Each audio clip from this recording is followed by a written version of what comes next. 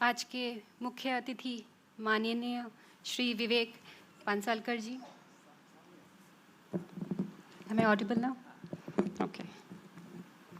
आज के मुख्य अतिथि माननीय श्री विवेक पांसालकर जी, आईपीएस, और स्वतंत्र वीर सावरकर स्मारक के परम आदरणीय अध्यक्ष प्रवीण दीक्षित जी, आईपीएस, कार्याध्यक्ष रंजीत सावरकर जी, कोषाध्यक्ष मंजरी मराठे जी, कार्यवाह राजेंद्र वराडकर जी, सह कार्यवाह Swapnil Savarkar ji, committee member brigadier महाजन वाईएसएम, स्मारक के कार्यकारिणी के समस्त माननीय सदस्यगण, समाज के विविध क्षेत्र से पधारे विशिष्टजन और इस समारोह में उपस्थित देवियों एवं सज्जनों, आप सभी को मेरा विनम्र प्रणाम।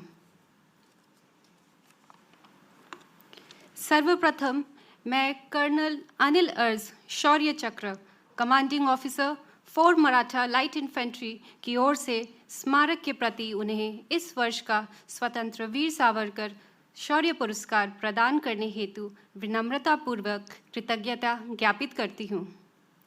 आज जब देश विदेश में ऑपरेशन सिंदूर की चर्चा है, तब कर्नल अनिल अर्ज को मिलने वाले शौर्य पुरस्कार ग्रहण करने मुझे ही आना पड़ा। मुझे इस बात की खुशी कम नहीं है।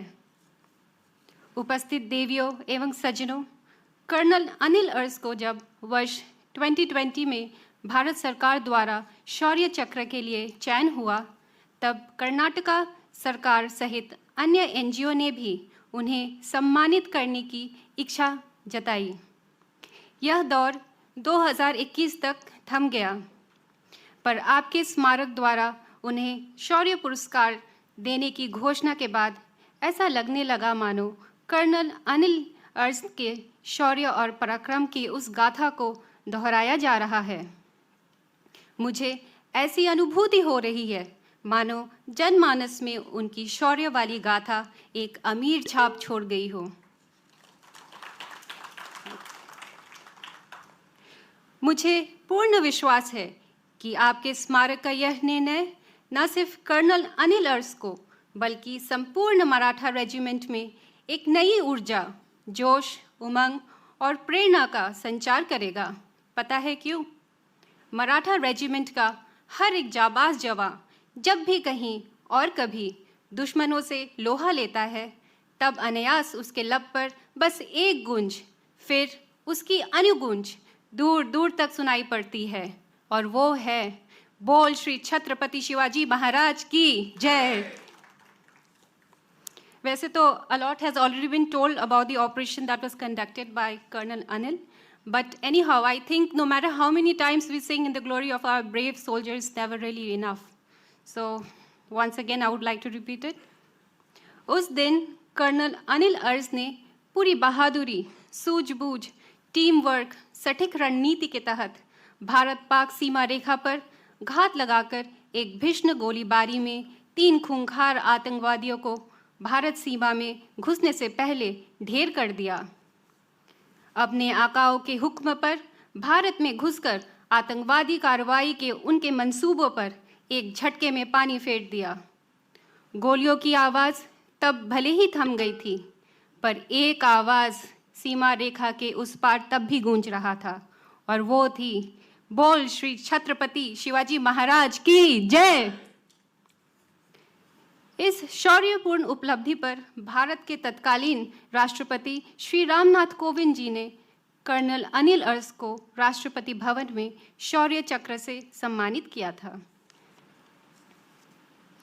वैसे तो यह सारी डिटेल्स पब्लिक डोमेन में उपलब्ध है, पर मैं इतना अवश्य कहूँगी कि यह उपलब्धि सिर्फ एक दिन में नहीं मिलती। लंबा अभ्यास, संघर्ष और सटीक सूचना के बदौलत ही यह संभव हो पाता है।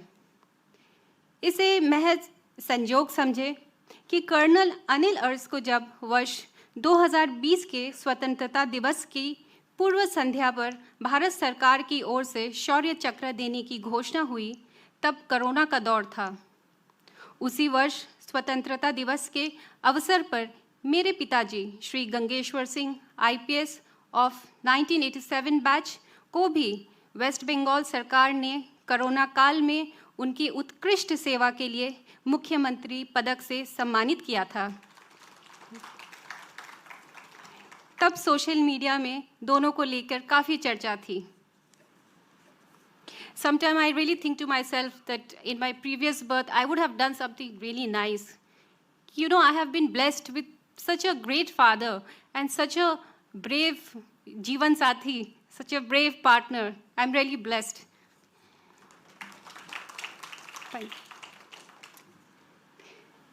देवियों एवं सज्जनों, मैं पुनः एक बार स्वतंत्र वीर सावरकर राष्ट्रीय स्मारक को इस सम्मान के लिए कृतज्ञता व्यक्त कर अपनी स्पीच समाप्त करने से पूर्व कुछ बातें आपसे साझा करना चाहूँगी। कहते हैं ना, behind every successful man there is a woman. जब बात आर्मी वाइफ्स की हो तो यह युक्ति और भी सटीक लगती है। एक सैन्य अधिकारी तो एक समय में सिर्फ एक मोर्चा संभालता है, लेकिन उसकी पत्नी 10 भुजाओं वाली दुर्गा की जैसे एक समय में अनगिनत मोर्चे संभालती है। पति की परवाह, बाल बच्चों की परवरिश, वृद्ध सास ससुर की सेवा, रिश्ते नाते का निर्वाह, जहाँ कुछ भी निश्चित नहीं है वहाँ एक आस की दीप जलाए रखना, हर गम को सह के मुस्कुराना, और कितना गिनाऊं। We the army wives may not wear a uniform, but we carry the spirit of a warrior every single day. We are the force behind the force. While our husbands stand at the border, we stand at the home front. We smile through separation. We celebrate festivals with photographs, while our heart silently prays for the safety of our husband. Behind the scene, an army wife is also a leader, actively involved in welfare activities, supporting other families, and upholding the values of the armed forces community. Today, I may be standing here alone, but I carry with me the spirit of a soldier, the strength of my husband, and the silent sacrifice of every family that send their loved ones to serve the nation. One more thing that I would like to mention here is that behind every brave soldier stands a mother whose courage is just as great. She raises her child to serve the nation, knowing the sacrifices that comes with it. We must salute not just the soldier, but also the mother who made him a hero.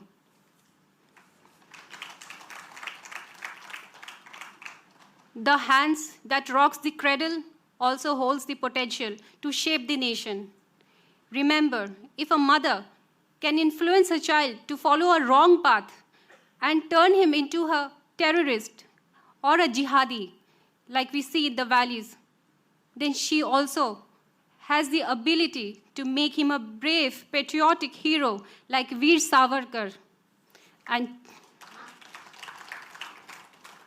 I truly believe that every child should know about Veer Savarkar, as his life teaches the value of courage, discipline, self-reliance, and above all, love for the nation.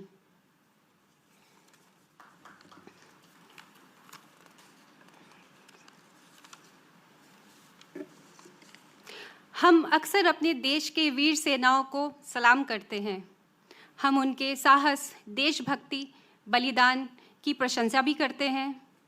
लेकिन आज मैं आपसे कुछ प्रश्न पूछना चाहती हूँ। क्या देशभक्ति केवल उनकी जिम्मेदारी है या हमारी भी?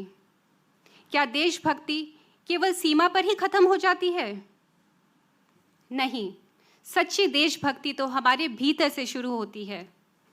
जब हम सोच समझकर वोट देते हैं, हम अपनी सेना के कंधों से बोझ हटाते हैं। जब हम ईमानदारी से टैक्स चुकाते हैं, संविधान का सम्मान करते हैं और एकता से रहते हैं, हम अपनी सेना का साथ निभाते हैं। हमें अपनी देशभक्ति दिखाने के लिए युद्ध का इंतज़ार नहीं करना चाहिए। हमारी सैनिक सीमाओं की रक्षा करती है। आइए हम भीतर की रक्षा करें, अपने वैल्यूज़ की। अपनी स्वतंत्रता की, अपनी एकता की, क्योंकि एक मजबूत भारत का सपना केवल उनका नहीं है, यह सपना हम सभी का है और इसे पूरा करने की जिम्मेदारी भी हमारी है। तभी तो हम गर्व से कह सकेंगे, एक भारत सर्वश्रेष्ठ भारत, एक भारत सर्वश्रेष्ठ भारत। जय हिंद, भारत माता की जय।